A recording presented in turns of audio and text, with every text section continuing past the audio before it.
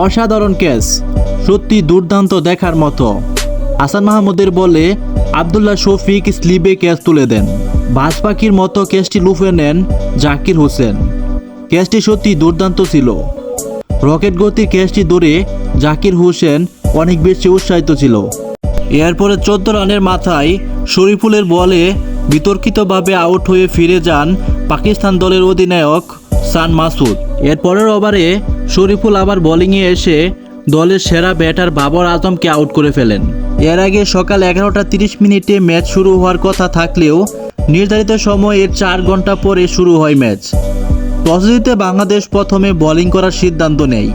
পাকিস্তানি বিপক্ষে 3 পেসার শরীফুল ইসলাম, হাসান মাহমুদ, নাহিদ রানাকে নিয়ে খেলতে নেমেছে বাংলাদেশ। আছেন 2 স্পিনার সাকিব আল হাসান এবং মেহেদী মিরাজ।